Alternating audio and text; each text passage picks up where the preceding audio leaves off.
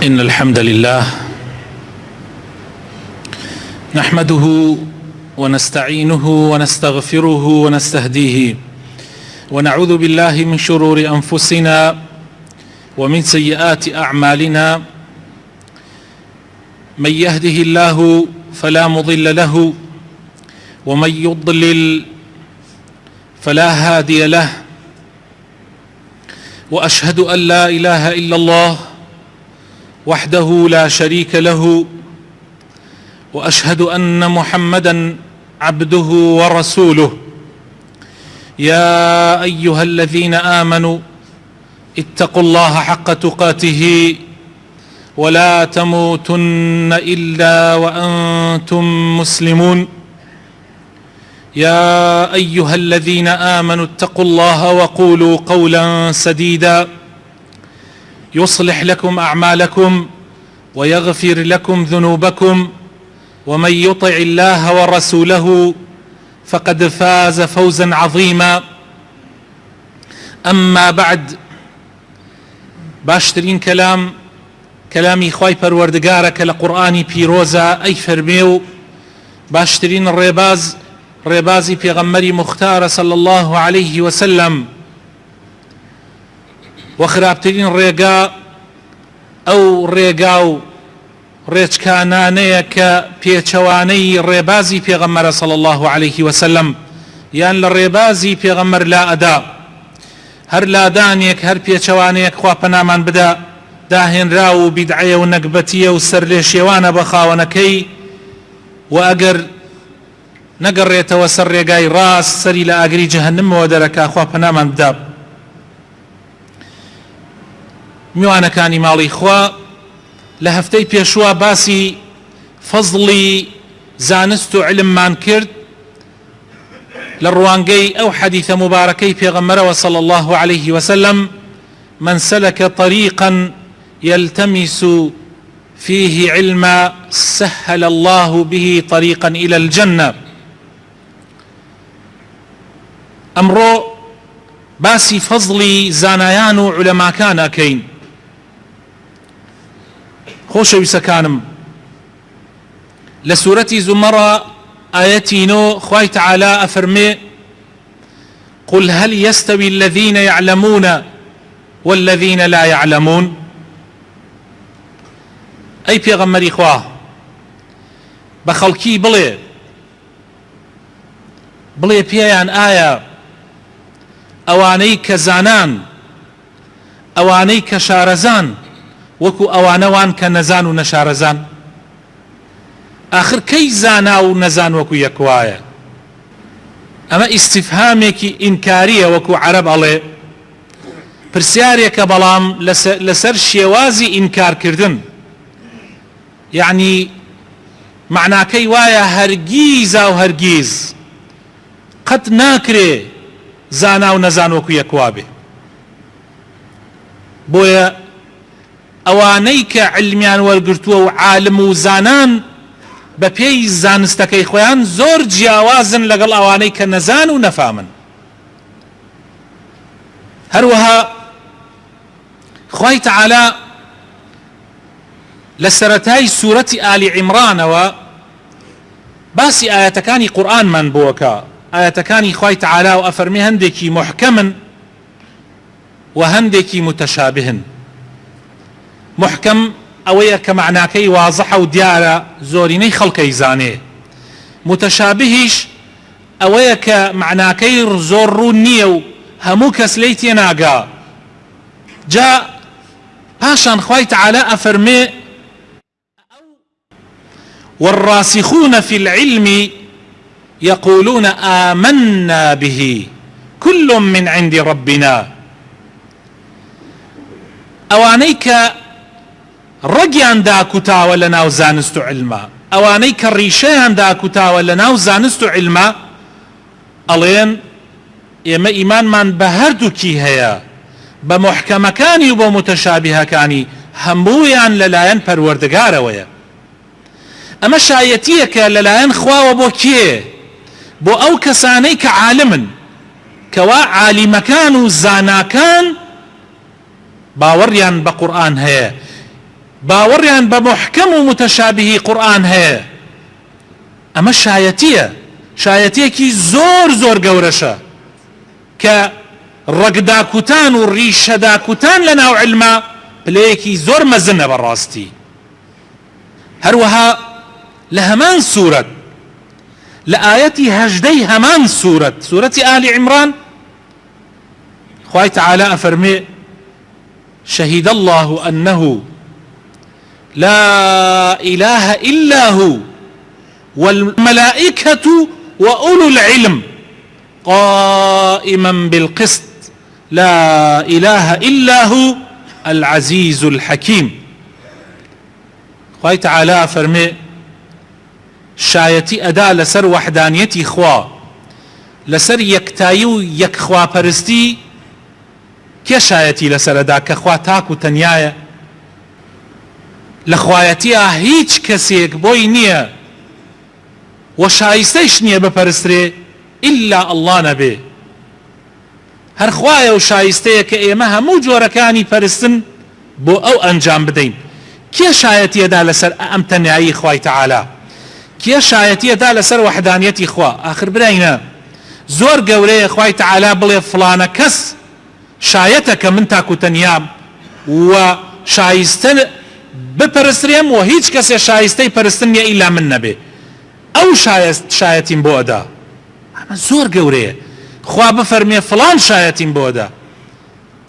خوای تەعالا سێ شایەت دانا لەم مەوزوعە. یەک خۆی شهد الله أنه لا إله إلا هو. دوایەوە ئەفەرمێ والمەلائکەة وفریشتەکان شایەتی لەسەر وەحدانیەتی خوا ئەدەن. سێیەمیان ئەفەرمێ وأولو العلم زاناکان خاوەن عیلمەکان ئەوانەی کە ڕۆچوون لە ناوی علم و زانستە شایەتی وەحدانیەت و یەکخواناسی پەروەردگار ئەدەن. زۆر گەورەیە بەڕاستی. زانست خۆشەویستەکانم ڕێگای لە خواترسانە. بە زانست ئینسان خوا ئەناسێ کە خواشی ناسی گەورەی خوای بۆ دەرەکەوێ، کە گەورەی خوای بۆ دەرکەوت قەدری خوا ئەزانێ. هیچ کەسێ ئەوەنەی عولەما قەدری خوا نازانێ. خوای تەعالا لە سوورەتی ئیسراء ئاەتی 107 ئەفەرمێ قل آمنوا به أو لا تؤمنوا به إن الذين أوتوا العلم من قبله إذا يتلى عليهم يخرون للأذقان سجدا. خەڵکینە باوەڕ بە ئاەتەکانی ئێمە ئەهێنن یان باوەڕ ناهێنن. وەکو چۆن بڵێ خوا لە لای گرنگ نییە. خەڵکی نەفام و جاهیل باوەڕ بە دینەکەی خوا ئەهێنێ یان باوەڕ ناهێنێ، باوەڕ بە قورئان ئەهێنێ یان باوەڕ ناهێنێ. چونکە ئەوان ئەسڵەن دوای منسەب و پلە و پایە و پارە کەوتون. ئەمڕۆ کە پارەیان پێ ئەدرێ هەمویان لە فەیسبووکەکان دیفاع لە ئەو کەسە ئەکەنەوە پارەکان پێدە. بەیانی کە پارەیان پێ نەدرا هەمویان دەسەکەنە قسەکردن پێی بۆ پارە. یعنی ئەوانە عابید دینارن، عابید دیرهەمن. ئەمە کەی شایستەیە شایەتی بۆ خوا بدە یا شایەتی ڕاستەقینەی ئاەتەکانی قورئان بدە؟ کەسێ ئامادە بێ لەبەر خاتر دنیا سەرشۆڕ کە، کەسی ئامادە بێ لەبەر خاتری پلە و پایە و پارە فکرە و بۆچوونەکانی بگۆڕێ لە ماوەی مانگێکە، لە ماوەی هەفتەیەکە. ئێمە کەی شایستەیە تو بیکەیتە شایەت وەڵا ئاەتی قورئان ڕاستە یا ڕاست نییە؟ ئەمە شوێن هەوا و ئارەزووی کەوتووە. ئەمە عەبد الدینارە، عەبد الدیرهەمە. پێغەمبەر ئەفەرمێ صلی الله عليه وسلم. خوای تەعالاش ئەفەرمێ ئەڕەئەیتە من اتەخەذ ئیلهەه هەواه. ئەمە شوێن ئەمە ئەسڵەن هەوا و ئارەزووی خۆی کردوتە خوش ئەی پەرستێ. والله هەتا با بێ بۆ مزگەوتش سوودی نییە. ئەی کێ شایستەیە؟ ئەوانەی زانان، ئەوانەی عالمن، ئەوانەی کە ئاەتەکانی قورئانیان بۆ ئەخوێنرێتەوە. خوای تەعالا ئەفەرمێ إن الذين أوتوا العلم من قبله إذا يتلى عليهم يخرون للأذقان سجدا ويقولون سبحان ربنا إن كان وعد ربنا لمفعولا ويخرون للأذقان يبكون ويزيدهم خشوعا. ئەوانە کاتێ حتى لە قەومەکانی پێشوویش حتى مەسیحیەکانیش حتى ئەوانەی لە دینەکانی پێشوویشن کاتی ئاەتەکانی قورئانیان بەسەرا ئەخوێنرێتەوە یان کتابەکەی خۆیان بەسەرا ئەخوێنرێتەوە و معناکەی تێئەگەن ئەمانە دێنە خۆیانە و خوشوعیان گرێ و لێی تێئەگەن و گەورەی خوا ئەزانن و فرمێسک بە چاوەکانیان ئەدێتە خوارەوە و ئەگرین بۆ گوناحەکانی خۆیان. ئەمانە ئوتول علمن کەوابوو خاوەن علمەکان وەکو نەزانەکان وانین خۆشەویستەکان. لەبەر ئەوە ئینسان هەرچەند هەوڵ بدا علم پەیاکە هێشتا هەرکەمە بۆ ئەوەی بە جوانی لە قورئان تێبگا، بە جوانی لە دنیا تێبگا و لە ئاخرەتیش تێبگا. لە سورەت فاتیرە ئاەتی 28 خوای تەعالی فەرمێ ئینەما یەخشە الله من عباده العلماء إن الله عزيز غفور. إنما يخشى الله من عباده العلماء، يعني إنما يخشى العلماء حقيقة الخشية من الله تعالى. معنى آية كواي چونك مفعولك بيشي فاعلك كوتوا، يعني براستقيني بس خدا براستقيني بس علماء كان وزانا كان وكو حقيقة وكو خوي لخوا أترسن چونك اوان بجواني خوا أناسن لبر اوان لهموك الزياتر لخوا أترسن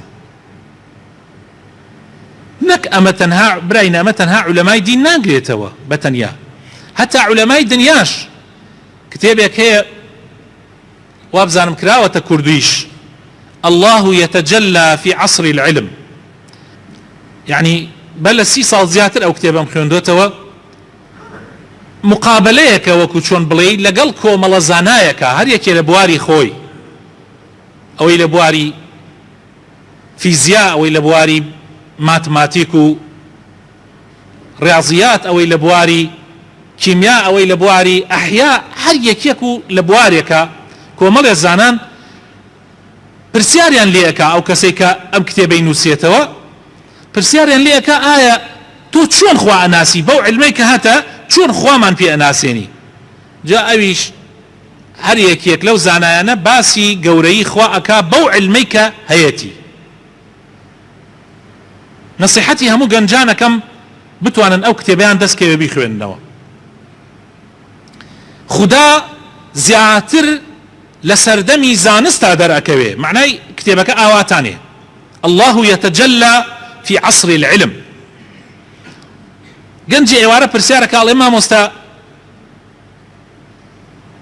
گەنجێک کتێبێکی فلانی خوێندۆتەوە کابرایەکە یعنی یەکێ لە سەرکردە جیهانیەکانە کە ئێستا مردووە، لە دوای ئەو کتێبەوە ئەڵێ من خوا ناناسم، من دینم دینی فلان لایەنە، چۆن ئەمە خوای پێ بناسێنی؟ ئێ بەڵێ تۆ بۆ خۆت دانیشتوێتی کتێبی غەیری دینی ئیسلام، غەیری بەرنامەی خوا بخوێنیتەوە، کتێبی ئەوانەی کەس گومڕا بوون سەریان لێشێوە بخوێنیتەوە، کتێبی خوا و بەرنامەی خوا و ئەوەی باسی خوا ئەکا نەیخوێنیتەوە بۆ خۆت بیخەیتە لا ئەی طبعا گومڕا ئەوێ سەری لێتێکە چێ. ئەسڵەن من نەسیحەتی ئەو برایە و هەموو برایەکەکەم ئەو جۆرە کەسانە هەر نزیکیانیش مەکەونەوە، لەبەرەوە ئەو بە دوای حەقا ناگەڕێ، ئەو ئەیەوێ شوێنی نەحەق بکەوێ. بەس فەر بوو بڕۆ سەدەها و هەزارەها کتێب هەیە باسی گەورەی خوا و عەزەمەتی خوا و بوونی خوا و ضرورەتی بوونی خواشمان بۆ ئەکا، بڕۆ ئەوانە بخوێنەوە دوایی بێ بەراوردێ بکە لە بینی کتێبی ئەو نەفام و جاهیلانە لەگەڵ کتێبەکەی خوایە. دەی ببینە بزان فەرقەکە چەند زۆرە، وەکو ئاسمان و ڕێسمان وایە. ئەمەیە برای بەڕێزەکانم، ئەمەیە کێشەی ئەمڕۆی گەنجی تازە پێگەیشتووی کورد. گەنجی ئێمە لە دینی خوا هیچ نازانێ و ناشگەڕێت تا شارەزا ببێ خوا بناسێ، پێغەمبەرەکەی بناسێ، قورئانەکەی خوا بناسێ، ناگەڕێ.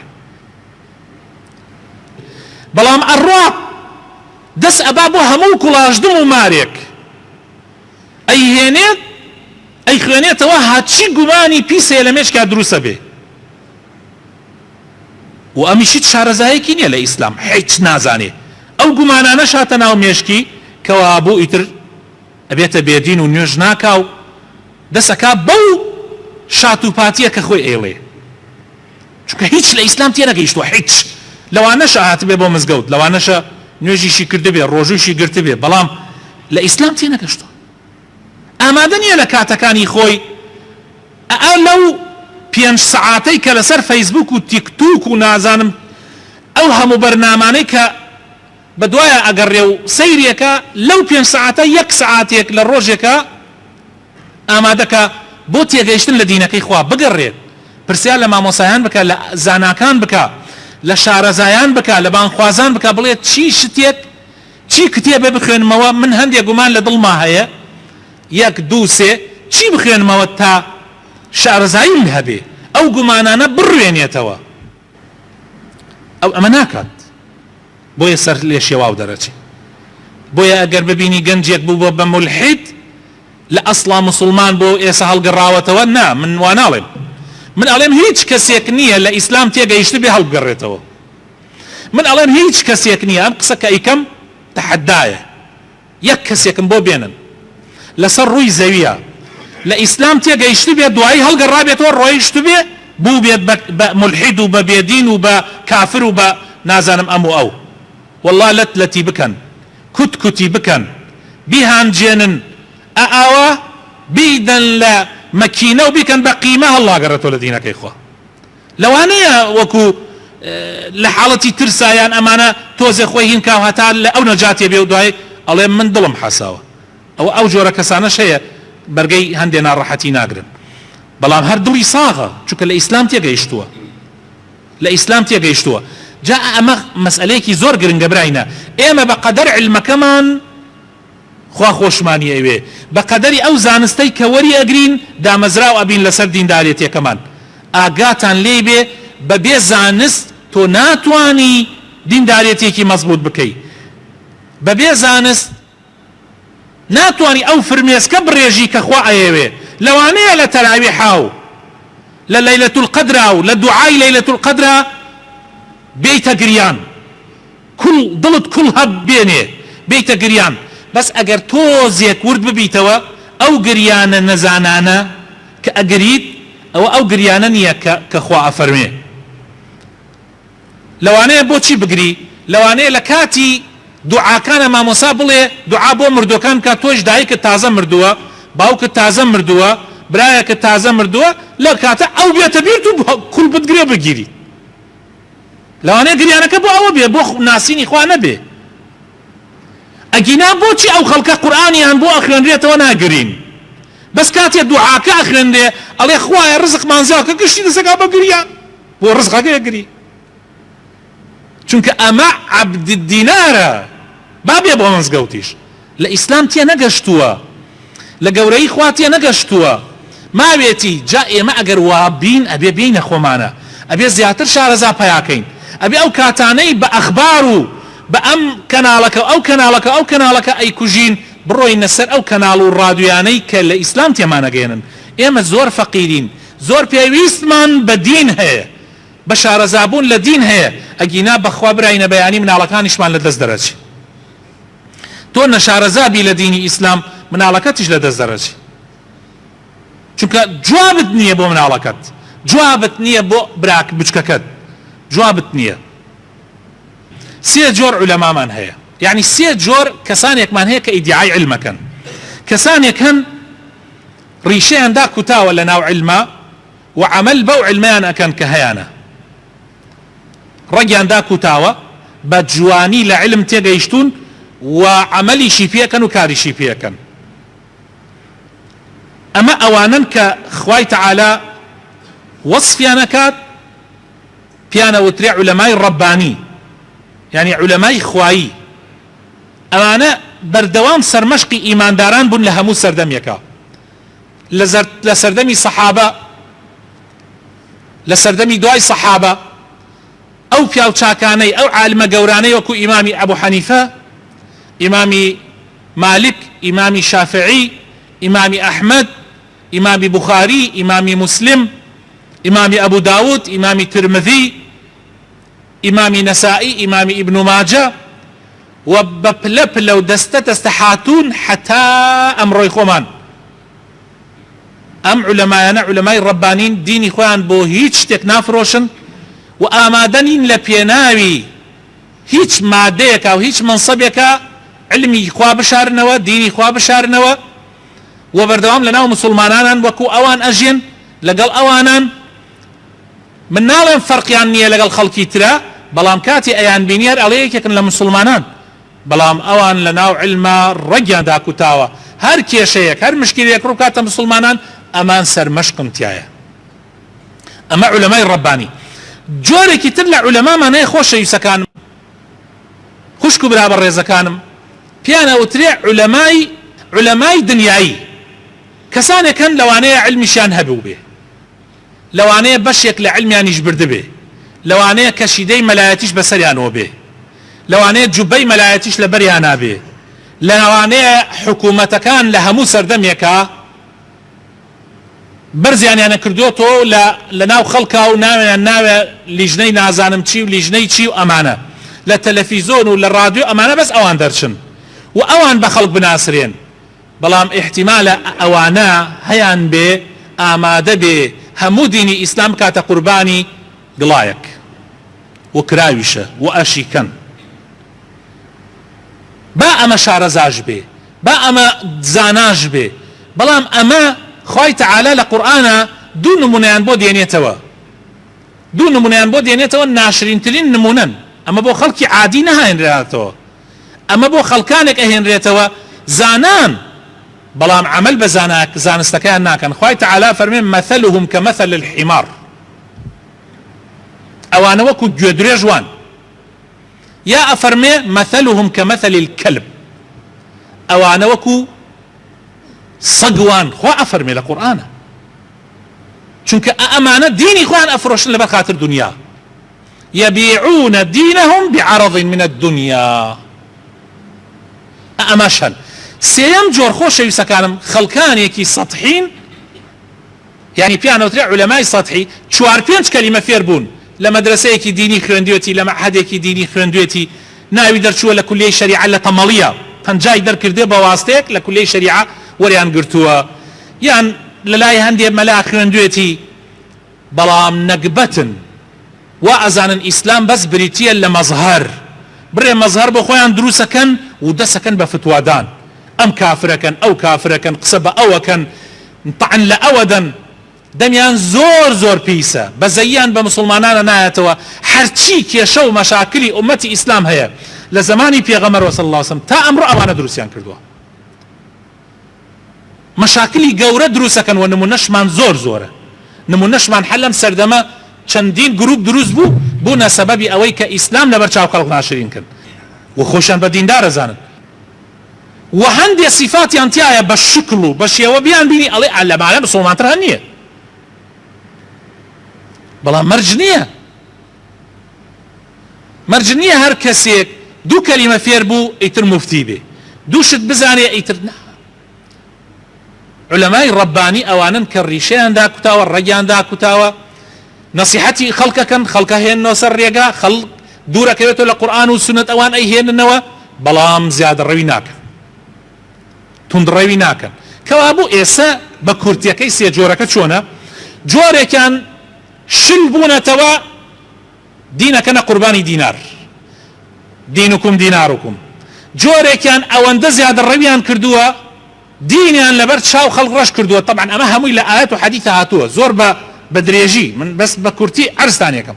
و جۆرێکیش ئەو ناوڕاستیان گرتووە و عالمیکی ڕاستەقینن لە خەڵک دوور ناکەونەوە و لە ناو خەڵکان، و ئەو علمەی کە خوا پیانی داوە هەوڵ ئەدەن خەڵکی فێرکەن و ئەبێ ئێمە فتوە ئەلەمانەوە.